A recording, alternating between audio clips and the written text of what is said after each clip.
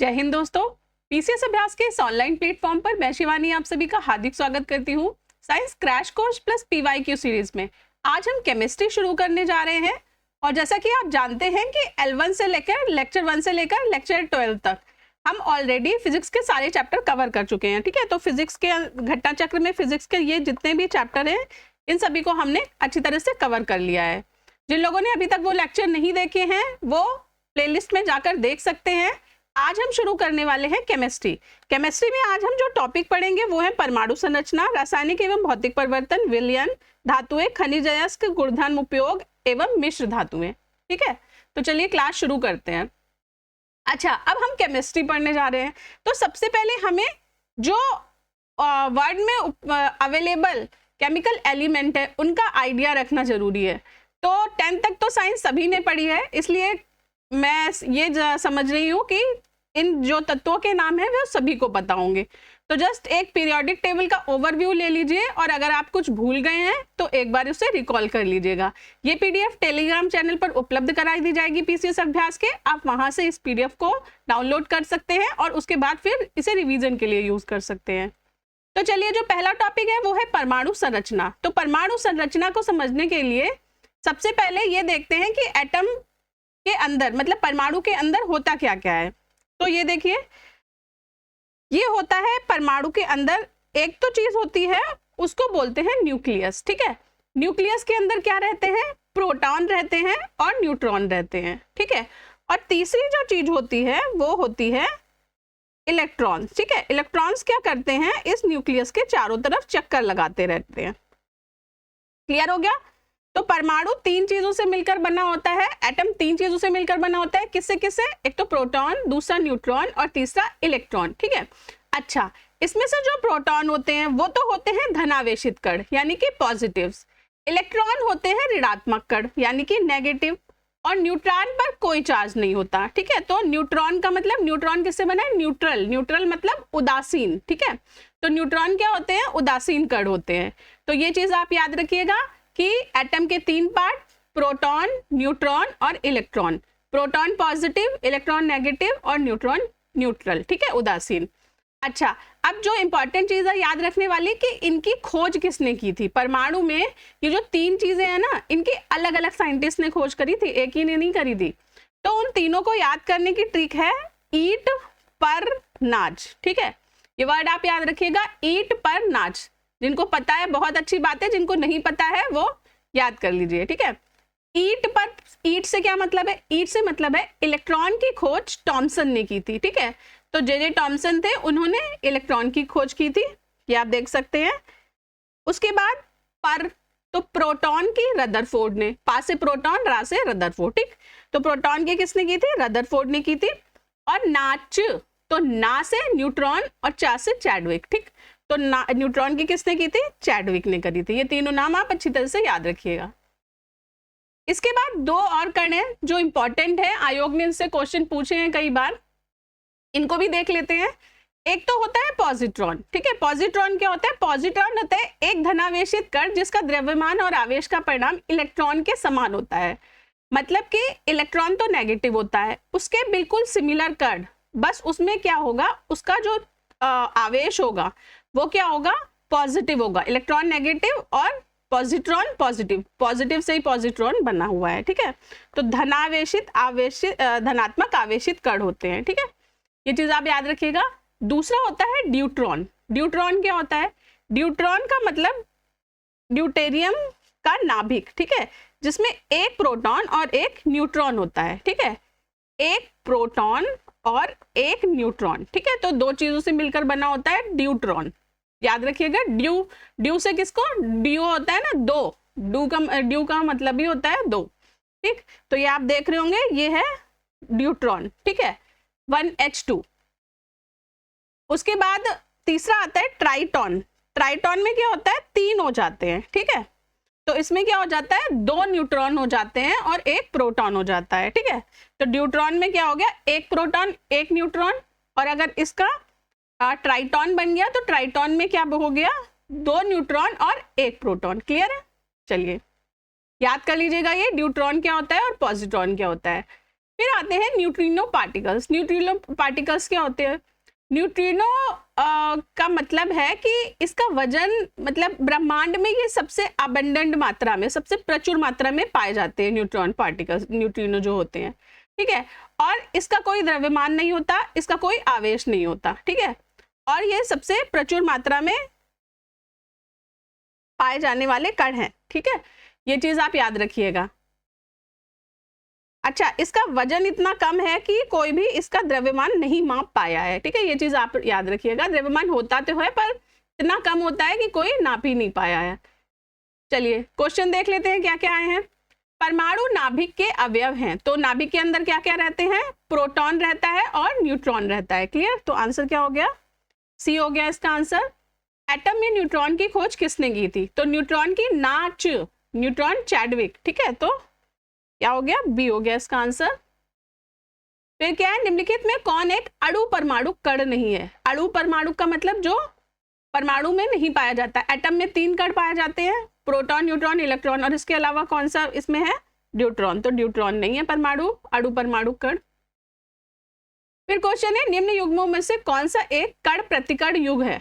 कण प्रतिकण मतलब positive negative, ठीक है। मतलब उसका एक का ऑपोजिट दूसरा, कण प्रतिकण का मतलब ये समझ लीजिए। तो कौन सा है? इलेक्ट्रॉन और पॉजिट्रॉन, ठीक है। हमने देखा पॉजिट्रॉन क्या होते हैं? धनावेशित होते हैं और इक्वल रहते हैं, इक्वल वेट रहता है उसका इलेक्ट्रॉन के, ठीक। निम्नलिखित में से किस कण पर शून्य आवेश होता है? शून्य किस पर होता है? तो न्यूट्रिनो पर होता है, ठीक है। इसमें कोई चार्ज नहीं होता। चलिए, अब 2 चीजें आती हैं कि आइसोटोप क्या होते हैं और आइसोबार क्या होते हैं। तो हमें पता है कोई भी एलिमेंट है पीरियोडिक टेबल का, उसका क्या होता है? एक तो एटॉमिक नंबर होता है, ठीक है, और दूसरा क्या होता है? दूसरा होता है एटॉमिक वेट, ठीक है। तो एटॉमिक नंबर क्या होता है? वो होता है नंबर ऑफ प्रोटॉन्स, ठीक। और दूसरा क्या होता है? एटॉमिक वेट, वो प्रोटॉन प्लस न्यूट्रॉन को अगर हम ऐड कर देते हैं तो एटॉमिक वेट बन जाता है, ठीक। तो आइसोटोप ऐसे होते हैं, ऐसे 2 कोई एलिमेंट जिनका की एटॉमिक नंबर सेम हो, ठीक है, सेम एटॉमिक नंबर, जिनकी परमाणु संख्या समान हो और द्रव्यमान संख्या अलग अलग हो, ठीक। परमाणु संख्या समान लेकिन द्रव्यमान संख्या अलग अलग, ठीक। एटॉमिक नंबर तो सेम पर एटॉमिक मास अलग अलग, ठीक। ये याद रखिएगा, उनको क्या बोलते हैं? आइसोटोप या समस्थानिक बोलते हैं। दूसरी चीज होती है, जैसे आप एग्जांपल देख सकते हैं, ऑक्सीजन 16, 17, 18, तीनों में ही क्या है? प्रोटॉन तो 8 है, इनमें तीनों में ही नंबर ऑफ प्रोटॉन्स 8 है, ठीक है। पर इसमें क्या है? इनका एटॉमिक वेट अलग अलग है, ठीक है। इसका 16 है, इसका 17 और इसका 18 है, तो इसलिए ये आइसोटोप्स हो गए। अब आते हैं नेक्स्ट आइसोबार्स। आइसोबार्स क्या होते हैं? आइसोबार्स वो होते हैं जिनका एटॉमिक मास सेम होता है, ठीक है, द्रव्यमान संख्या समान होती है इनकी, लेकिन परमाणु संख्या अलग होती है। उल्टा हो गया, ठीक। उसमें परमाणु संख्या समान थी, द्रव्यमान संख्या अलग थी। इसमें परमाणु संख्या अलग है और द्रव्यमान संख्या समान है, ठीक है। तो ये हो गया। तो इसके एग्जाम्पल क्या होते हैं? सल्फर, क्लोरीन और आर्गन, जैसे आप देख रहे हैं, ठीक है। तो तीनों का क्या है? 40-40 है एटॉमिक जो द्रव्यमान संख्या है, लेकिन इसमें क्या है? प्रोटॉन की संख्या अलग है। तो इसमें 16 प्रोटॉन है, इसमें 17 और इसमें 18 प्रोटॉन है, ठीक है।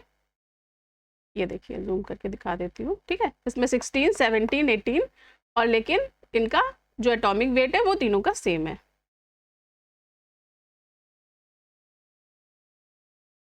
चलिए क्वेश्चन देख लेते हैं। परमाणु जिसमें प्रोटॉनों की समान संख्या परंतु न्यूट्रॉनों की संख्या भिन्न रहती है, ठीक है, तो वो क्या होते हैं? प्रोटॉन समान लेकिन न्यूट्रॉन भिन्न, तो समस्थानिक हो गए। तो क्या बताया कि जो वेट होता है, ठीक है, एटॉमिक वेट, जो द्रव्यमान संख्या होती है वो प्रोटॉन प्लस न्यूट्रॉन को मिला के बनती है, ठीक है। तो वेट अगर अलग हो गया तो न्यूट्रॉन अलग हो गया, ठीक है, क्योंकि प्रोटॉन तो दोनों में सेम ही है। तो अगर एक का W1 P1 और N1 है और दूसरे का W2 P2 और तो ये भी P1 हो गया है, ठीक है, दोनों का, तो एटॉमिक वेट दोनों के अलग अलग हो जाएंगे। क्लियर? नेक्स्ट टॉपिक आता है रासायनिक एवं भौतिक परिवर्तन और विलयन, ठीक है, chemical changes, physical changes and solution.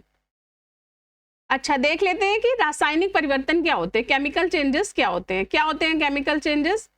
जिसमें रासायनिक एक पदार्थ से दूसरे पदार्थ में परिवर्तन होता है, ठीक है, एक पदार्थ से दूसरे पदार्थ में परिवर्तन है जिसमें भिन्न गुणों वाली नई सामग्री एक या एक से अधिक नए पदार्थ बनते हैं, ठीक है।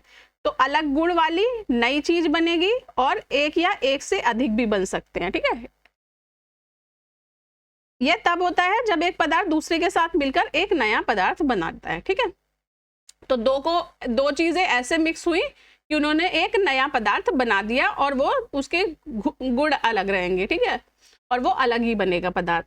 तो क्या क्या होते हैं केमिकल चेंजेस के एग्जाम्पल्स, क्या क्या होते हैं, जैसे फायर वर्क्स है, ठीक है, हम पटाखे चलाते हैं तो क्या करते हैं, आग लगा लेते हैं बारूद में और वो जाके रोशनी देता है, ठीक है।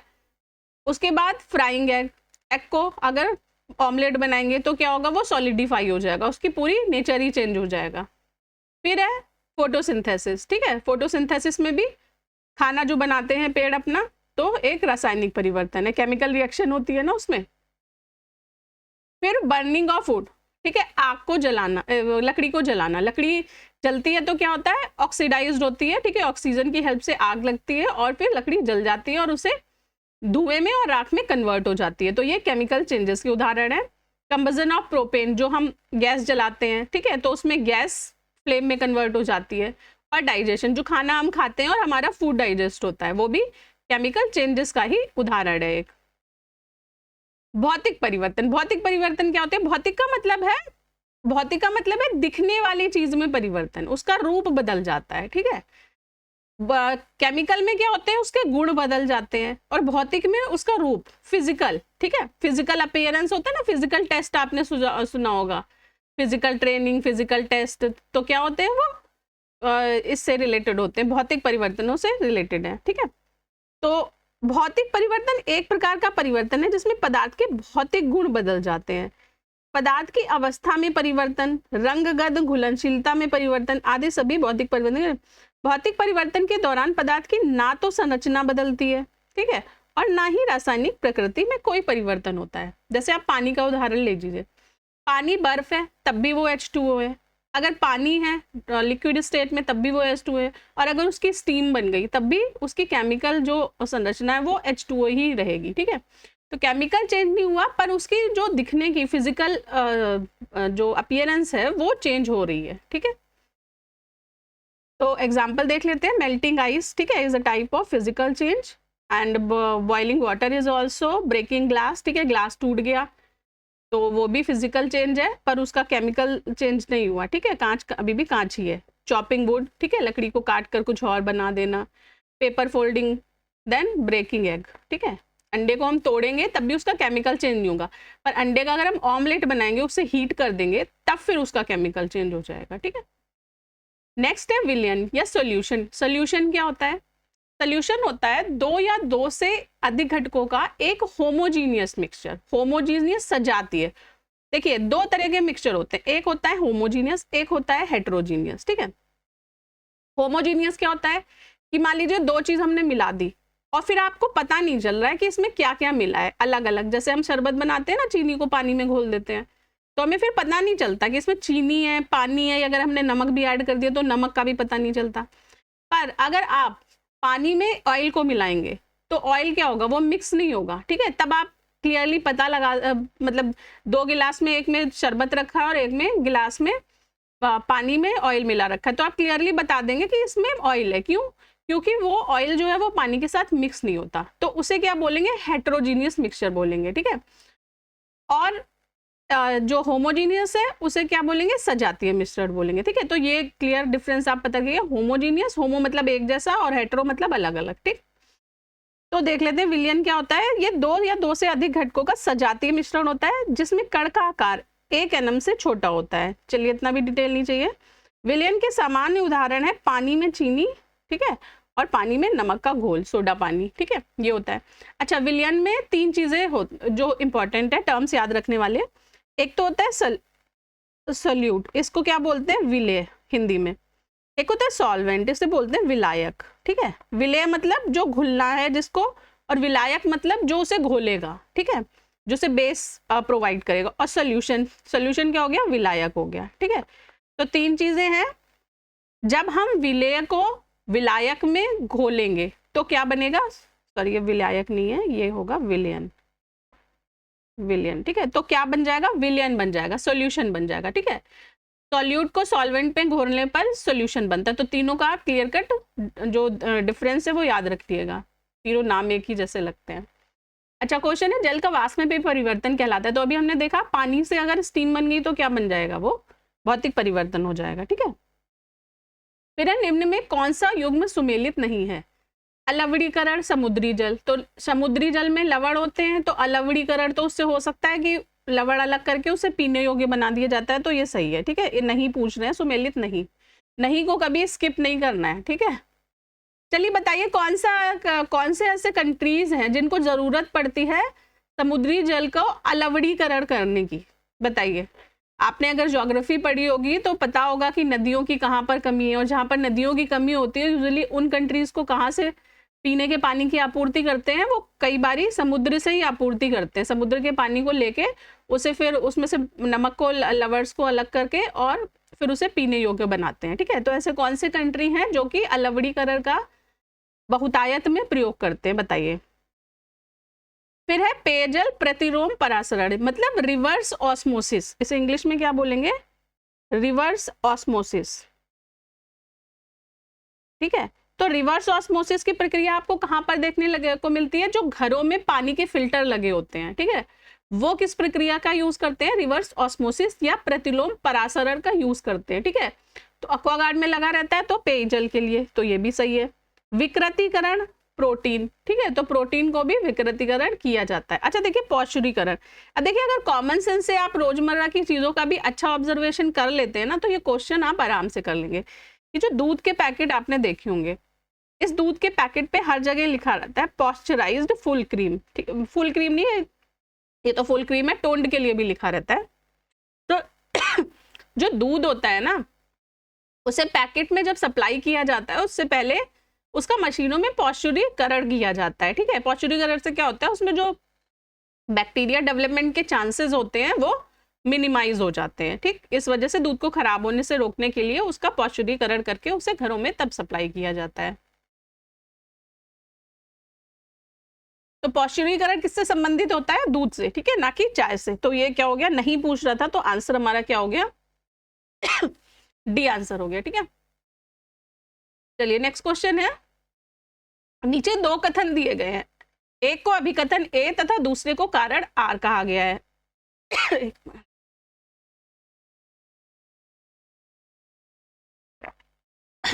अभिकथन है, एक गिलास पानी में नमक का घोल समरस होता है। तो समरस होता है होमोजीनियस। ठीक है, समरस का मतलब होमोजीनियस। पूरे हिस्से में विभिन्न संगठन वाला घोल समरस होता है। तो पूरे हिस्से में विभिन्न संगठन वाला, हाँ ये भी सही है। ठीक है, तो दोनों क्या हो गया, ए हो गया, सॉरी हाँ पूरे हिस्से में विभिन्न नहीं, अगर होमो है तो फिर क्या हो जाएगा, एक जैसा मिक्सचर हो जाएगा ना, कहीं कम ज्यादा नहीं रहेगा। लेकिन अगर हेट्रो है तो फिर उसका संगठन जो कॉन्सेंट्रेशन है वो पूरे में अलग अलग रहेगा। ठीक है, तो क्या हो जाएगा, ए सही है पर आर गलत हो जाएगा। ठीक है, होमो का मतलब ही होता है एक जैसा मिक्सचर। फिर है, निम्न कथनों पर विचार कीजिए, नमक और बर्फ के मिश्रण से 0 डिग्री सेंटीग्रेड से नीचे का तापमान प्राप्त होता है। तो ये सही है। ठीक है, नीचे का तापमान प्राप्त होता है, इनको ये लिखना चाहिए था कि उसका जो फ्रीजिंग पॉइंट है वो 0 डिग्री नीचे का मतलब पहुंच जाता है। फिर है, नमक बर्फ के हिमांक को बढ़ा देता है। तो देखिए वैसे पानी कितने पे बर्फ में बदलेगा, हिमांक कितना होता है नॉर्मल पानी का, 0 डिग्री सेंटीग्रेड होता है। ठीक है, और अगर हमने उसमें लवण मिला दिए, ठीक है, तो लवण मिलाने से क्या होगा, अब उसको जमने के लिए और ठंडा करना पड़ेगा। तो ये जो 0 डिग्री वाला था ना, ये फिर नेगेटिव में टेम्परेचर पहुंच जाएगा। ठीक है, और कभी कभी ये -20 डिग्री से भी कम पहुंचता है अगर हम नमक मिला देते हैं बर्फ में। तो नमक मिलाने से हिमांक घट जाता है, ना कि बढ़ जाता है। ठीक है, तो नमक बर्फ के हिमांक को बढ़ाता नहीं है, घटा देता है। तो ये दूसरा वाला गलत हो गया, तो इसका आंसर क्या हो गया, सी हो गया। ठीक है, ए सही है परंतु आर गलत है। क्लियर। फिर है दूध, उदाहरण है एक। दूध किसका उदाहरण है? देखिए इमल्सन क्या होता है, पहले इमल्सन देख लेते हैं कि इमल्सन टेक्निक होती क्या है। इमल्सन होता है एक चीज के अंदर दूसरी चीज को प्रवेश करा देना, इमल्सन होता है, ठीक है। जैसे बटर होता है, ठीक है, या जो आप क्रीम देखते हैं, ठीक है, जो मॉइस्चराइजिंग क्रीम होती हैं या जो हम फेस पे क्रीम लगाते हैं, ठीक है, वो सब क्या है, वो इमल्सन के उदाहरण होते हैं, ठीक। ये चीज आप याद रखिएगा। तो इमल्सन दूध जो होता है वो किसका उदाहरण होता है? इमल्सन का उदाहरण होता है। तो आप कुछ और एग्जाम्पल देख सकते हैं इमल्सन के, इन्हें याद कर लीजिएगा अच्छी तरह से कि जो बटर होता है वो इमल्सन का, ठीक है। अच्छा, अब मुझे कमेंट बॉक्स में बताइए कि बटर में किस किस चीज का मिक्सचर होता है, कौन सी दो चीजों का मिक्सचर होता है बटर में, 2 या 3 का भी होता है, ये बताइएगा। मिल्क, ठीक है, सैलेड और मॉइस्चराइजिंग क्रीम, ये सब किसके हैं? इमल्शन के एग्जाम्पल है, ठीक है। अच्छा, फिर दूसरी जो होती है कोलाइड, तो कोलाइड और इमल्सन सिनोनिम्स ही हैं एक तरह से, ठीक है। इसमें भी वही है, emulsion is a colloidal mixture of 2 और more liquid that normally don't mix, ठीक है। अगर हम उन्हें नॉर्मली मिलाएंगे तो वो मिक्स नहीं होंगी, पर अगर इमल्सन से हम मिलाएंगे तो फिर वो मिक्स हो जाएंगी और ऐसे लगेंगे जैसे कि वो होमोजीनस मिक्सचर है, पर वो परमानेंटली जो है वो होमोजीनियस नहीं रहती हैं। इनमें से कौन कोलाइडल नहीं है, ठीक है, कौन नहीं है बताइए। तो देखिए कोलाइडल के एग्जाम्पल पहले देख लेते हैं। कोलाइडल के एग्जाम्पल होते हैं जेली, ठीक है, विप्ड क्रीम, ठीक है, जो मक्खन होती है ना, मक्खन टाइप की, मतलब विप्ड क्रीम वो होती है जो केक के ऊपर जो आइसिंग क्रीम लगी रहती है ना, उसको विप्ड क्रीम बोलते हैं। फिर प्यूमिक स्टोन, प्यूमिक स्टोन क्या होता है? प्यूमिक स्टोन होता है जो जैसे आपने देखा होगा एड़ी घिसने के लिए आते हैं, जो स्क्रबर टाइप के पत्थर आते हैं, उनमें बड़े बड़े से होल रहते हैं, उनको प्यूमिक स्टोन बोलते हैं, ठीक है। और मिस्ट, ठीक है, मतलब फॉग, कोहरा, और मिल्क, ठीक है, ये सब किसके? कोलाइड्स के उदाहरण है। अच्छा, अब आपके लिए क्वेश्चन है कि वर्ल्ड में एक ऐसा बीच है एक कंट्री में जहां पर प्यूमिक स्टोन से रिलेटेड सैंड मिलती है, रेत पाई जाती है, जिससे कि प्यूमिक स्टोन बनाए जाते हैं। मैं बता देती हूँ कि प्यूमिक जो होते हैं वो मेनली ज्वालामुखी के जो बाहर आई हुई राख होती है ना, वो एक तरह से प्यूमिक होती है। तो कौन सा कंट्री है वर्ल्ड में जिसके तटों पर बहुत बड़ी मात्रा में प्यूमिक स्टोन के लिए रेत पाई जाती है, ये आप बताइए। चलिए, इनमें से कौन कोलाइड नहीं है? तो कौन सा कोलाइड नहीं है? दूध, आइसक्रीम, खून, सभी क्या है? कोलाइड के। खून भी इवन कोलाइड का उदाहरण है, ठीक है। और क्या नहीं है? शहद नहीं है, ठीक है, शहद कोलाइड नहीं है। शहद कौन बनाता है? मधुमक्खी बनाती है। वो इमल्शन नहीं होता, वो नेचुरल प्रोडक्ट होता है, ठीक है। और चलिए, यदि 100 ग्राम चीनी को आधा लीटर पानी में मिलाकर एक असंतृप्त चीनी का घोल तैयार किया जाए तो निम्न में कौन सी भौतिक राशि नहीं बदलेगी? ठीक है, असंतृप्त बोल रहा है। असंतृप्त का मतलब जैसे हमने सिर्फ पानी में मिक्स कर दिया उसे, ठीक है। और असंतृप्त का मतलब है कि इस क्वांटिटी तक, जिस क्वांटिटी तक चीनी पानी में घुल जाए, ठीक है, उस लिमिट तक। मतलब अगर हम बहुत ज्यादा, एक देखिए, जब हम पानी में चीनी को मिलाते हैं ना, तो उसकी भी एक लिमिट होती है कि उस लिमिट से ज्यादा फिर चीनी घुलना बंद कर देती है पानी के अंदर। तो जब वो घुलना बंद कर देती है तब वो घोल क्या कहलाता है? संतृप्त घोल कहलाता है, ठीक है। और जब तक वो घुलती जा रही है तब तक वो घोल क्या है? तब तक वो घोल असंतृप्त है, ठीक है। तो ये चीज याद रखिएगा। तो अगर हम असंतृप्त चीनी का घोल तैयार कर रहे हैं तो इनमें से कौन सी भौतिक राशि नहीं बदलेगी? तो अब हमने चीनी को पानी में मिलाया है, तो 100 ग्राम, भाई आधा लीटर पानी था तो 100 ग्राम चीनी मिला दी, तो क्या हो गया? ऑटोमेटिकली आधा लीटर, वो मतलब आधा किलो पानी मान लीजिए, और 100 ग्राम चीनी, तो 600 ग्राम हो गया। तो द्रव्यमान तो चेंज ही हो गया, और द्रव्यमान चेंज हो गया तो घनत्व भी ऑटोमेटिकली चेंज, क्योंकि घनत्व क्या होता है? मास अपॉन वॉल्यूम होता है ना घनत्व। तो अगर हमने मास चेंज कर दिया तो डी भी चेंज हो गया, तो ये दोनों तो चेंज ही हो गए। सांद्रता भी चेंज हो गई, सांद्रता मतलब कॉन्सेंट्रेशन, क्योंकि अब पहले चीनी का था नहीं, अब उसमें चीनी है, तो कॉन्सेंट्रेशन भी उसका बढ़ेगा, उसकी सांद्रता भी बढ़ेगी, लेकिन उसका आयतन परिवर्तित नहीं होगा। ठीक है, तो ये चीज आप याद रखिएगा, कौन सी नहीं बदलेगी, तो आयतन नहीं बदलेगी। तो आंसर डी हो गया इसका। ठीक, आयतन का मतलब जितना, जैसे इतना गिलास में पानी दिख रहा था तो अभी भी इतना ही दिखेगा। ठीक है, क्योंकि अभी तक असंतृप्त है ये, पर अगर ये संतृप्त कर देंगे तब फिर हो सकता है कि इसका वॉल्यूम और ऊपर तक बढ़ जाए। ठीक है, फिर है ठोस अशुद्धियों के शुद्धिकरण के लिए निम्नलिखित में से कौन सी प्रक्रिया उपयोगी नहीं है। तो ठोस अशुद्धियों को शुद्ध बनाना है। ठीक है, तो क्या है, आसवन। ठीक है, आसवन क्या होता है, आसवन वही जो वाटर प्यूरिफायर में टेक्निक यूज करते हैं। ठीक है, आसवन मतलब डिस्टिलेशन। ठीक है, तो डिस्टिलेशन क्या होता है कि जैसे लिक्विड में कोई अशुद्धि होती है तो लिक्विड को गर्म किया और उसके बाद उसमें से इम्प्योरिटीज उसकी सेग्रीगेट हो जाती, अलग हो जाती। ठीक है, तो आसवन किसके लिए होता है, लिक्विड के लिए होता है, ना कि ठोस के लिए। बाकी ऊर्ध्वपातन, क्रिस्टलीकरण, उपयुक्त सभी तो हो ही नहीं सकता। ठीक है, तो ये दोनों भी गलत है। ऊर्ध्वपातन क्या होता है, ऊर्ध्वपातन ऐसी टेक्निक है, ऐसी प्रक्रिया है जिसमें कि ठोस डायरेक्टली गैस में कन्वर्ट हो जाता है। मतलब बीच का जो द्रव वाला लिक्विड वाला स्टेट होता है ना, वो हट जाता है। जैसे यूजुअली क्या होता है कि ठोस को अगर हम गर्म करते हैं तो वो क्या हो जाता है, पहले लिक्विड में कन्वर्ट होगा, उसके बाद गैस में कन्वर्ट होगा। ठीक है, लेकिन अगर ठोस से डायरेक्ट गैस में कन्वर्ट हो गया तो ऊर्ध्वपातन हो गया। जैसे कि इसका एग्जाम्पल होता है कपूर, देखा होगा घरों में जो यूज होता है। ठीक है, कपूर या नेप्थलीन की बॉल्स होती हैं, कपड़ों में हम रखते हैं, तो वो क्या होती है, इसी तरह से डिफ्यूज हो जाती हैं। ठीक है, ऊर्ध्वपातन हो जाता है उनका।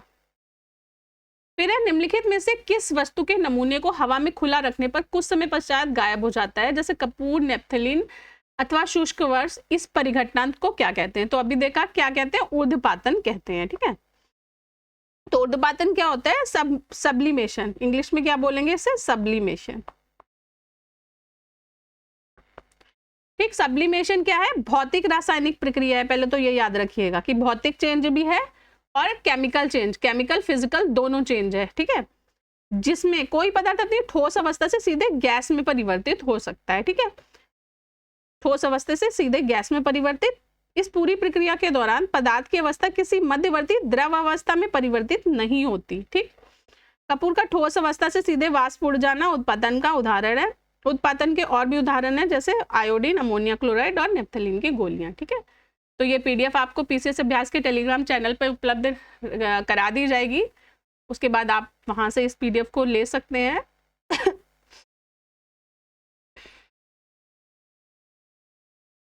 नेक्स्ट टॉपिक आता है धातुएं, खनिज, अयस्क, इनके तीनों के ही गुणधर्म और इनके यूजेस क्या क्या होते हैं। ठीक है, उपयोग क्या क्या होते हैं, मेटल, मिनरल्स एंड ओर्स। तो देखिए सबसे पहला क्वेश्चन है, निम्नांकित में कौन कठोरतम धातु होती है। तो मेटल्स कौन सी मेटल होती है सबसे कठोर। तो ये देखिए एक चार्ट है। ठीक है, हार्डनेस का एक मेजरमेंट होता है, जैसे हम बोलते हैं ना कि ये सबसे कठोर है और ये सबसे मतलब सॉफ्ट है, तो उसका एक स्केल होता है। ये याद रखिएगा कि हार्डनेस का मेजरमेंट किससे करते हैं, रॉकवेल हार्डनेस, ये कठोरता मापन का स्केल होता है। ठीक है, और भी होते हैं दो तीन, पर रॉकवेल का बहुतायत में प्रयोग किया जाता है यूजुअली। तो रॉकवेल से हम जब हार्डनेस को मेजर करेंगे तो किसकी ज्यादा आएगी, इनमें से टंगस्टन की ज्यादा आएगी। ठीक है, तो इसमें जो आंसर था वो क्या था, टंगस्टन था। तो आप चाहे तो ये चार्ट से सभी चीजों की हार्डनेस लर्न कर सकते हैं एक बार। तो डी इसका आंसर हो गया। ठीक है, फिर है सबसे भारी प्राकृतिक तत्व है। तो सबसे भारी कौन सा है, सबसे भारी है यूरेनियम। ठीक है, क्योंकि इसका एटॉमिक वेट कितना होता है, 238 होता है। तो क्या हो गया इसका आंसर, ए हो गया। ठीक है, एटॉमिक वेट यूरेनियम का 238 होता है, अगर आप पीरियोडिक टेबल में देखेंगे।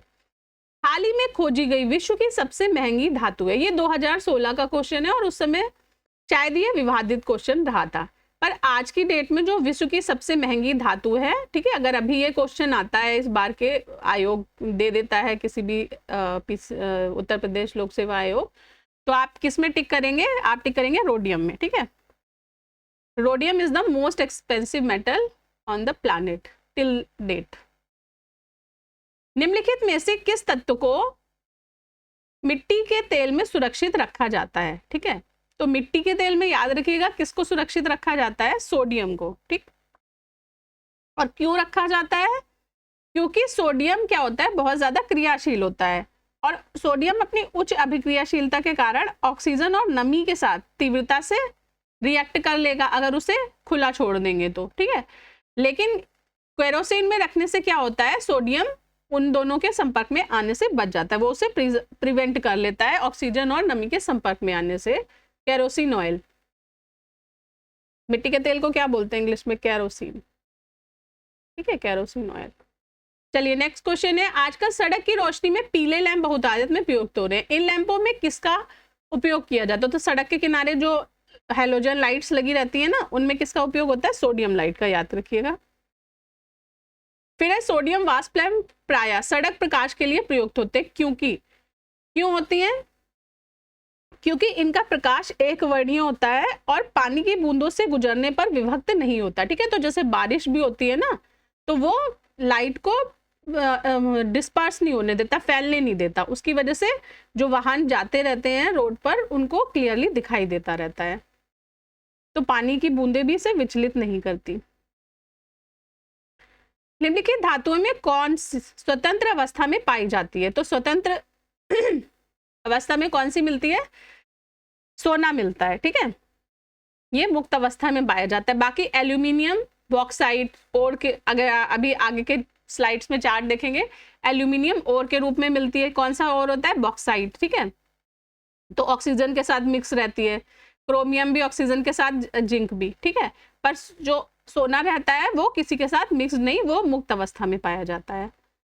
फिर है निम्नलिखित में से किस पदार्थ में कैल्शियम विद्यमान है, ठीक है, किसमें कैल्शियम विद्यमान है? तो कैल्शियम देखिए यूजुअली क्या होता है, कैल्शियम के हमारे दांत बने होते हैं, हमारे नेल्स बने हैं, ठीक है। तो कौन से कलर का होता है कैल्शियम, व्हाइट कलर का होता है। ये चीज तो सभी को ही पता ही होगी लगभग, ठीक है, नहीं पता है तो याद कर लीजिएगा कि कैल्शियम व्हाइट कलर का होता है, ठीक है। अब इनमें से जो भी हैं, इनमें किस में कैल्शियम पाया जाएगा? तो ये देखिए, एक जिप्सम का डब्बे की फोटो मैंने लगा दिया, तो इसमें क्या लिखा है, कैल्शियम सल्फेट डिहाइड्रेट, ठीक है। तो याद रखिएगा कि जिप्सम जो होता है ना, उसमें कैल्शियम पाया जाता है जिप्सम में। फिर है चूना पत्थर का रासायनिक नाम है, तो चूना पत्थर का रासायनिक क्या बोलते हैं, कैल्शियम कार्बोनेट, CaCO3 बोलते हैं, ठीक है। तो रासायनिक नाम इसका है कैल्शियम कार्बोनेट, आंसर इसका होगा ए। फिर है डॉक्टर, कलाकार एवं मूर्तिकार कैल्शियम सल्फेट का उपयोग करते हैं, जिसका लोकप्रिय नाम है, क्या लोकप्रिय नाम है इसका? शिल्पकार किसकी मूर्ति बनाते हैं, प्लास्टर ऑफ पेरिस की, घरों में भी होता है ना, डिजाइन बनती है छतों पे, तो पीओपी की, जो पीओपी जिसको बोलते हैं, वो क्या होती है, प्लास्टर ऑफ पेरिस बोलते हैं, ठीक है। फिर निम्नलिखित में से किस उद्योग में अभ्रक कच्चे माल के रूप में प्रयुक्त होता है? तो देखिए, जो अभ्रक होता है ना, अभ्रक क्या होता है, माइका, ठीक है। तो माइका किसके लिए यूज होता है? माइका होता है यूजुअली हाई वोल्टेज एप्लीकेशन के लिए यूज, जैसे कि घरों में जो प्रेस है, हम कपड़े प्रेस करने के लिए जो आयरन का यूज करते हैं, उसके अंदर अभ्रक लगा रहता है। या ये आप देख रहे होंगे हाई टेंशन लाइन में, ये जो है ना, ये अभ्रक के बने हुए रहते हैं, ठीक है। तो high tension high voltage application में अभ्रक को यूज किया जाता है। तो किसके लिए, वोल्टेज का जब भी आ गया तो मतलब विद्युत के लिए, ठीक है, वोल्टेज विद्युत से ये तो रिलेटेड होता है। फिर नेक्स्ट क्वेश्चन है, निम्नलिखित द्रवों में कौन सा ऊष्मा का बहुत अच्छा चालक है, कंडक्टर ऑफ हीट? तो ये हमने फिजिक्स की जब क्लास करी थी, कंडक्टर नॉन कंडक्टर वाली, तब भी हमने ये वाला टॉपिक पढ़ा था, इसलिए मैं दोबारा से इसको फिर से एक्सप्लेन नहीं कर रही हूँ। जिन लोगों ने फिजिक्स के लेक्चर्स नहीं देखे हैं, वो प्लीज प्लेलिस्ट से जाकर फिजिक्स के लेक्चर देख लें, क्योंकि आगे भी जो आने वाले टॉपिक्स हैं उनमें फिर वो लेक्चर्स इंटर रिलेटेड रहते हैं, ठीक है, इंटरलिंक्ड हैं साइंस के जो चैप्टर्स हैं, तो एक बार वहां से देख लें। तो कौन सा है ऊष्मा का, ये है पारा, ठीक है। और कैसे याद रखेंगे, अब पता नहीं चल रहा कि कौन है चालक, ठीक है। तो देखिए, पारे का यूज हम कहाँ करते हैं, पारे का यूज हम थर्मामीटर में करते हैं। तो थर्मामीटर क्या होता है, विद इन सेकेंड्स हमारा टेम्परेचर दिखा देता है, ठीक है। तो क्यों दिखा देता है विद इन सेकेंड, क्योंकि वो बहुत जल्दी पारे से गर्म होता है, मतलब उसमें हीट ट्रांसफर होती है पारे में और उसका लेवल बढ़ जाता है, ठीक। तो इस वजह से क्या हो गया, वो ऊष्मा का चालक हो गया, ठीक है, हीट का हीट कंडक्टर हो गया। तो आंसर इसका हो गया ए, ठीक है। और कंडक्टर ऑफ इलेक्ट्रिसिटी भी होता है ये। फिर है पारे का साधारणतः तापमापी यंत्रों में उपयोग किया जाता है क्योंकि इसकी विशेषता है उच्च घनत्व, उच्च द्रव्यता, उच्च विशिष्ट ऊष्मा, उच्च संचालन शक्ति। ठीक है, उच्च संचालन शक्ति होता है, बहुत जल्दी ये संचलित हो जाता है। ठीक है, तो एकदम से इसका लेवल बढ़ जाता है। फिर नेक्स्ट क्वेश्चन है सूची 1 को सूची 2 से सम्मिलित कीजिए तथा सूचियों के नीचे दिए गए कूट से सही उत्तर चुनिए। तो धातु दी है और उनकी क्वालिटीज दी हैं कि क्या क्या क्वालिटी होती है। तो देखिए सबसे पहले तो जो पता है वो टिक कर लो। ऐसे जब मैच द फॉलोइंग में हो ना 3-4 चीजें दे रखी हो तो कई बार हमको समझ में नहीं आता कि क्या है। तो सबसे पहले वो वाली चीज ढूंढनी चाहिए जो कि हम श्योर शॉर्ट है कि ये तो होगी। ठीक है, तो जो हमें पता है वो क्या है, चांदी जो है वो विद्युत का अच्छा सुचालक होता है। ठीक है, ये तो पता है कि best conductor of heat is best conductor of electricity is silver. तो सी का 1 हो गया। अब सी का 1 देखिए 2 में आ गया। ठीक है, दूसरा लेते हैं। दूसरा क्या होता है कि शीशा जो होता है लेड वो ऊष्मा का कुचालक होता है। ठीक, तो डी का 3 कर लेते हैं। तो डी का 3 होते ही आंसर क्या आ गया, सी आ गया। ठीक, शीशा तो सभी को ही पता है ना कि गर्म नहीं होता शीशा। अच्छा, अब जो चीज याद रखने वाली है इस क्वेश्चन से हम आउटपुट क्या ले सकते हैं वो है सोडियम। सोडियम को चाकू से आसानी से काटा जा सकता है, ये चीज आप याद रखिएगा। ये देखिए साइड में फोटो भी लगी है। इतना सॉफ्ट होता है ये कि हम इसे चाकू से काट सकते हैं सोडियम को। ठीक उसके बाद पारा क्या हो गया, कमरे के ताप पर द्रव रहता है। तो ये तो पता ही है कि थर्मामीटर में जो पारा रहता है वो लिक्विड स्टेट में रहता है। ठीक, फिर है नेक्स्ट क्वेश्चन सूची 1 को सूची 2 से सम्मिलित कीजिए तथा सूचियों के नीचे दिए गए कूट का प्रयोग करके सही उत्तर। फिर से वही है, पहला है ऊष्मा तथा विद्युत का सर्वोच्च संचालक। तो फिर से वही हो गया, ए का 4 हो गया। ठीक, ए का 4 होते ही आंसर डी आ गया। लीजिए 1 से ही आ गया। उसके बाद सबसे अधिक मात्रा में पाई जाने वाली धातु कौन सी होती है, तो ये तो अब कॉमन सेंस का है, कर ही लेंगे। सोना तो होती नहीं है, तो बी का 3 हो गया। ठीक है, सी का 1 हो गया। पीट कर सबसे लचीली कौन सी होती है, सोना होता है। ठीक है, सोने की ज्वेलरी बनती है, कितनी पतली पतली बना देते हैं उसको। उसके बाद ऊष्मा का न्यूनतम संचालक शीशा हो गया। ठीक है, चलिए नेक्स्ट टॉपिक है धातु तथा उसके अयस्क। अब यूजुअली जो हम मेटल यूज करते हैं वो मेटल ऐसी तो आती नहीं है प्रकृति से। प्रकृति में क्या होता है कि मिट्टी में मिली हुई है वो मेटल्स। ठीक है, उनके ओर्स होते हैं, तो उनके ओर्स को निकालकर फिर उनको शुद्धिकरण किया जाता है। मतलब उसमें से मिट्टी अलग करी जाएगी, मेटल अलग करी जाएगी, फिर उन मेटल की बड़ी बड़ी सी रॉड बार बनाई जाएंगी। बार का मतलब सिल्लियां जैसी। ठीक है, और उसके बाद फिर उनको सिल्लियों को काटा जाएगा, उनकी सरिया बनाई जाएंगी, उसकी पतली चादर बनाई जाएगी। उसके बाद फिर उससे जो भी एप्लीकेशन जिस काम में भी हमें उसका यूज लाना है उस काम के हिसाब से फिर फर्दर उनको बनाया जाएगा। जैसे कि हमें स्टील का भगोना बनाना है, प्लेट बनानी है, या एल्यूमिनियम का कुछ और बनाना है, एरोप्लेन बनाना है। ठीक है, तो उसके अकॉर्डिंग फिर उन चादरों को मॉडिफाई कर दिया जाता है। ठीक, तो जो मिलती हैं वो नेचुरली प्रकृति से उनको बोलते हैं अयस्क या ओर। ठीक है, तो हर मेटल का अपना एक ओर होता है। ठीक है, तो ये कुछ ओर्स हैं और उनके नाम दिए गए हैं कि क्या क्या होते हैं। तो गोल्ड का होता है नेटिव गोल्ड। ठीक है, सिल्वर का होता है अर्जेंटाइट। ठीक है, तो आपने देखा होगा ना सिल्वर का जो सिंबल होता है वो भी क्या होता है, एजी होता है। तो वो इसी वजह से होता है कि उसका जो ओर का नाम होता है वो अर्जेंटाइट होता है। ठीक है, अच्छा अब मुझे ये बताइए कि वर्ल्ड में कौन सा कंट्री है जो कि सिल्वर का सबसे बड़ी मात्रा में उत्पादन करता है। Which country produces highest amount of silver in the world, मुझे कमेंट बॉक्स में बताइए। नेक्स्ट है कॉपर। कॉपर का क्या होता है, मेलेकाइट। ठीक है, एजुराइट और कैल्कोफेराइट। ठीक है, ये तीनों नाम याद रखिएगा। चाहे तो आप इसकी लिस्ट भी बना लीजिए, अगर और की लिस्ट नहीं है तो एक छोटी सी आप लिस्ट बनाकर अपने पास हैंडी रखिए उसको लास्ट मोमेंट रिवीजन के लिए। फिर है मरकरी का क्या होता है, मरकरी मतलब पारा। ठीक है, पारा का होता है सिनेबार। फिर होता है आयरन। लोहे का कौन, 3 होते हैं, हेमेटाइट, मैग्नेटाइट और पायराइट। बहुत इंपॉर्टेंट है, तीनों याद रखिएगा। टिन का कैसेटराइट। ठीक है, और लेड का गैलेना। ठीक है, ये होते हैं। नेक्स्ट क्वेश्चन देख लेते हैं। बॉक्साइट अयस्क है, बॉक्साइट किसका है? एल्यूमिनियम का अयस्क है। निम्न में से कौन सही सुमेलित नहीं है? कौन सा सही सुमेलित नहीं है? तो कॉपर होता है, एल्यूमिनियम होता है बॉक्साइट, ठीक है। उसके बाद कॉपर का होता है सिनेबार, ठीक है। तो कॉपर का क्या था, हमने देखा था यहाँ पर, कॉपर का सिनेबार नहीं होता। सिनेबार किसका होता है? मरकरी का होता है, ठीक है। तो यही पूछ रहा था, सुमेलित नहीं है, तो ये बी सुमेलित नहीं है, ठीक है। कॉपर का क्यूपराइट होता है। फिर हो गया, फिर से वही है, मैच द फॉलोइंग है। तो हीरा क्या होता है? कार्बन होता है, तो ए का 4, ठीक है। ए का 4 हो गया, तो 2 हो गए इसमें। उसके बाद संगमरमर, बालू क्या? सिलिकॉन होती है, तो सी का 2 हो गया। तो सी का 2 होते ही क्या हो गया?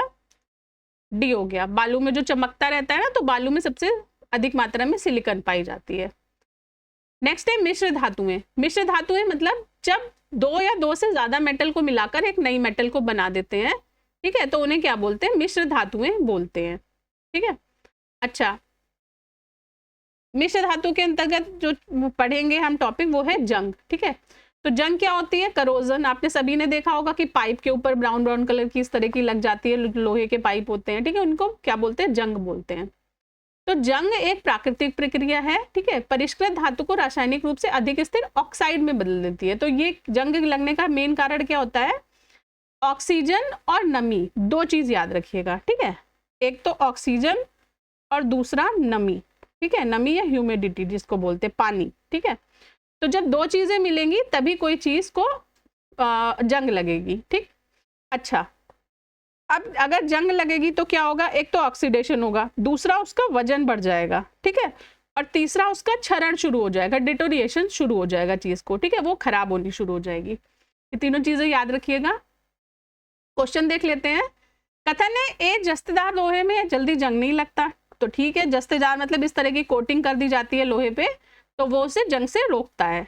फिर यशद में उपचयन क्षमता है, ठीक है। यशद मतलब जस्ते, ठीक है, तो इसमें उपचयन क्षमता है, तो ये भी सही है, ठीक है। ये ऑक्सीडाइज नहीं होने देता उसे, ठीक है, तो ए हो गया। तो जस्ता लोहे की तुलना में अधिक प्रक्रियाशील है, इसका उपयोग संक्षरण से बचाने के लिए किया जाता है, ठीक है। जब हवा में ऑक्सीजन जस्ता की सतह के साथ प्रक्रिया करती है तो जस्ता ऑक्साइड की एक बहुत घनी और अभेद्य कोटिंग बनती है, ठीक है। जिंक भी ऑक्सीजन से क्रिया करता है पर वो कोट कर देता है, ठीक है, और यह अवरोध हो जाता है जो कि फिर जो ऑक्सीजन है उसे अंदर लोहे से मिलने नहीं देता, ठीक है। तो ऊपर से लेयर लगा दी तो जस्ते ने जो ऑक्सीजन है उसे वहीं रोक लिया और नमी को भी ऊपर ही रोक लिया, उसे नीचे जो आयरन है उससे मिलने नहीं दिया, और इस वजह से ऑक्सीजन में लोहे में जंग नहीं लगती। क्लियर। क्वेश्चन है, निम्न में से कौन सा लौह धातु के क्षयकरण में आवश्यक है? तो कब उसका क्षय होगा? क्षय कब होगा? जब पानी मिलेगी, नमी मिलेगी और ऑक्सीजन मिलेगी, ठीक है। तो क्या हो गया? 20 का आंसर हो गया। ऑक्सीजन और नमी होगी तभी उसका डिटोरिएशन स्टार्ट होता है आयरन का। जंग लगने पर लोहे का भार क्या हो जाता है? भार ऑक्सीडाइज हो जाता है वो, ठीक है। तो अब उसमें ऑक्साइड भी आके चिपक गए लोहे में, तो ऑक्साइड का भी तो कुछ वेट होता है, तो वो क्या होगा? वेट बढ़ जाएगा फिर, ठीक है। निम्न कथनों पर विचार कीजिए और अंत में दिए गए कूट में से सही उत्तर का चयन करिए। क्वेश्चन है, कथन है इसमें, साधारणतः यह देखा गया है कि लोहे की वस्तुएं जब वायुमंडल में अनाश्रित होती हैं तब वे भूरे पाउडर की परत से आच्छादित हो जाती है, उसे जंग कहते हैं। तो सही है ये, ठीक है, ये वाला सही हो गया। उसके बाद जंग अर्थात भूरा पाउडरी पदार्थ टैनिन के जमा होने से बनता है। तो नहीं, टैनिन के जमा होने से नहीं बनता, ये क्या होता है? ऑक्सीडेशन की वजह से होता है, ठीक है। अच्छा, मुझे बताइए कि टैनिन का संबंध किससे है? ये आप मुझे बताइए, क्या होता है टैनिन? तो सी है इसका आंसर। अब नेक्स्ट टॉपिक आता है मिश्र धातुएं, ठीक है। तो मिश्र धातुएं क्या होती हैं? जिसमें धातु के सब गुण होते हैं और 2 या 2 से अधिक धातुएं या धातु और अधातु होती है, ठीक है। पिघली हुई दशा में एक दूसरे में पूर्ण रूप से घुली रहती है और ठोस होने पर स्पष्ट परती में अलग नहीं होती, ठीक है। इसे फिर हम अलग अलग परतों में नहीं कर सकते, मिक्स्ड हो गई है। प्रारंभ में मिश्र धातु का अधिकतम उपयोग जो राजा लोग थे वो सिक्के और आभूषणों के लिए बनाने में होता था। जो राजा नए नए सिक्कों का करते थे ना, कि कभी कांसे के सिक्के चला दिए किसी ने, किसी राजा ने तांबे के सिक्के चला दिए, तो वो किसके लिए होता था? तो उसका जो यूज होता था मिश्र धातु का, शुरुआत जो हुई वो सिक्के बनाने और आभूषणों बनाने के लिए हुई। ठीक है, अब ये कुछ इंपॉर्टेंट हैं जिनसे क्वेश्चन आए हुए हैं आयोग में। ये लिस्ट आप एक बार अपने पास नोट कर लीजिएगा, ठीक है, और इसे मेमोराइज कर लीजिएगा अच्छी तरह से। तो देखिए, पहली जो है वो है पीतल। पीतल में क्या होता है? कॉपर और जिंक होता है। ठीक है, कॉपर मतलब तांबा और जिंक मतलब जस्ता। फिर होती है जर्मन सिल्वर, इसमें कॉपर, जिंक और निकल होता है। सबसे ज्यादा क्या होता है? इसमें कॉपर होता है। अच्छा, एक चीज जो ध्यान देने वाली बात है वो है जर्मन सिल्वर में नाम में तो सिल्वर है, पर एक्चुअल में इसमें सिल्वर नहीं होता। ठीक, ये चीज याद रखिएगा। तो सिल्वर इसमें कितना होता है? इसमें होता है 0% सिल्वर। ठीक, कोई सिल्वर होता ही नहीं है इसमें।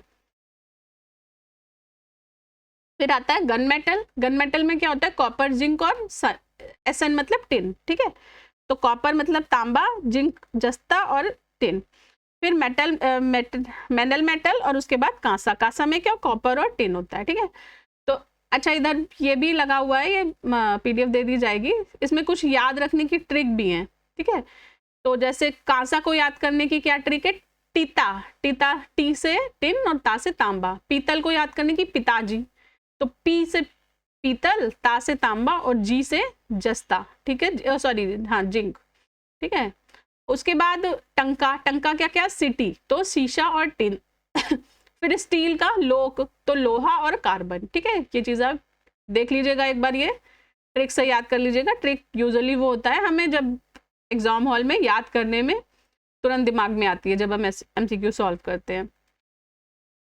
फिर है निम्नलिखित मिश्र धातु में किसे अमलगम कहते हैं? तो अमलगम तब यूज होता है जब पारा मिला हुआ होता है, ये चीज आप याद रखिएगा। ठीक है, मरक्यूरी अगर मिला है तो वो अमलगम कहलाएगा।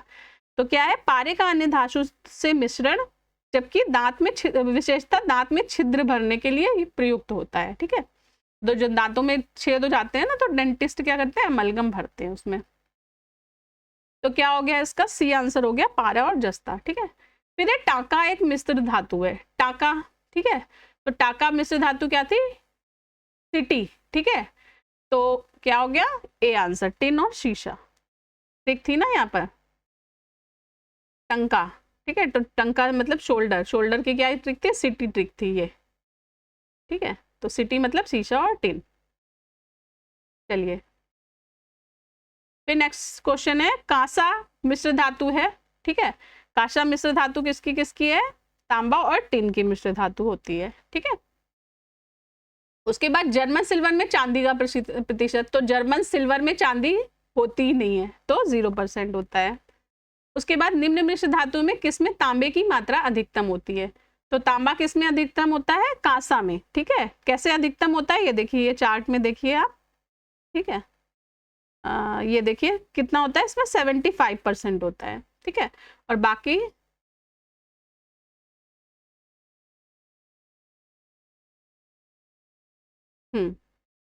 ये हो गया।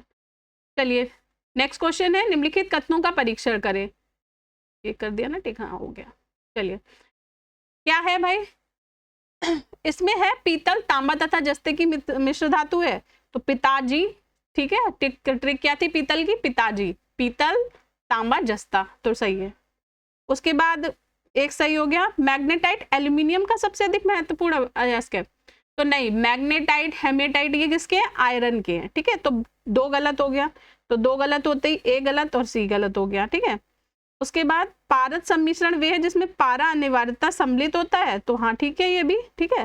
पारदित वही होते हैं जिसमें पारा भी होता है। फोटोग्राफी में पोटेशियम नाइट्रेट होने वाला एक अनिवार्य रसायन है, तो ये गलत है। ठीक है, तो आंसर इसका क्या हो गया? 1 और 3 हो गया। ठीक है, आंसर इसका B हो गया। फिर है स्टेनलेस स्टील से स्टेनलेस स्टील प्राप्त करने के लिए उसमें कुछ तत्वों को मिलाकर उसे और अधिक संशोधित किया जाता है। निम्न में से कौन उस कार्य के लिए प्रयुक्त नहीं होता? तो देखिए, स्टेनलेस स्टील बनाने के लिए किस किस का यूज करते हैं?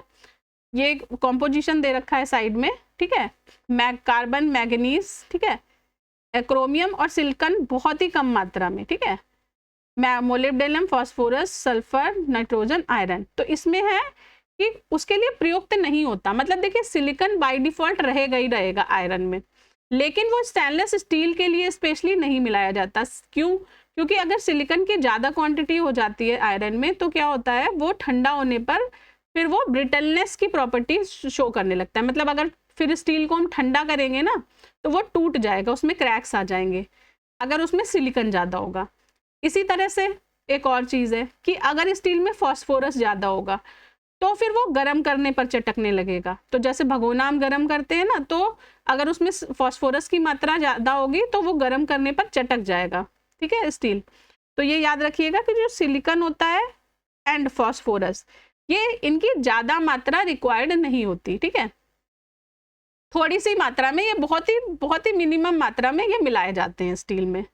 मिलाए क्या जाते हैं, एक्चुअली ये प्रेजेंट ही होते हैं जब क्योंकि आपको पता है कि मिट्टी में सिलिकॉन मिला रहता है, तो जब कोई मेटल बनाया जाता है तो वो ओर से बनाया जाता है, तो ओर में ऑलरेडी सिलिकॉन रहता ही रहता है। तो जब हम उसको प्यूरिफाई करेंगे ना तब भी थोड़ा सा सिलिकॉन बचा ही रह जाता है लास्ट में, ठीक है। तो जो सिलिकॉन होता है वो बहुत ही कम क्वांटिटी में आयरन में। तो सिलिकॉन, ये देखिए लिखा भी है, सिलिकॉन कम तापमान पर स्टील को भंगुर बना देती है, ठीक है, स्टील को ब्रिटल बना देती है, और फास्फोरस उच्च तापमान पर भंगुर बनाता है। तो ये दोनों में डिफरेंस है। चलिए आज की क्लास यहीं पर खत्म होती है। चैनल को जरूर सब्सक्राइब कर लीजिए जिन्होंने सब्सक्राइब नहीं किया है, और जो नए सब्सक्राइबर, जो नए लोग हैं जो वीडियो देख रहे हैं, और जो फिजिक्स की क्लासेस खत्म हो चुकी हैं, लेक्चर 1 से लेक्चर 12, तो जिन्होंने अभी तक वो फिजिक्स की क्लासेस नहीं देखी हैं वो देख लें, और जो देख चुके हैं वो 1-2 बार अच्छी तरह से हाई स्पीड पर आप रिवाइज कर लीजिए। रिवाइज के लिए ज़रूरी नहीं है कि आप नॉर्मल स्पीड पे करें, आप 1.5x या 2x पे भी क्लास को जल्दी जल्दी चलाकर रिवाइज कर सकते हैं। पर रिवाइज ज़रूर करिएगा अगर फिजिक्स का आपने ख़त्म किया है, नहीं तो सब गायब हो जाएगा, ठीक है। चलिए नेक्स्ट क्लास में फिर मिलती हूँ, तब तक के लिए जय हिंद।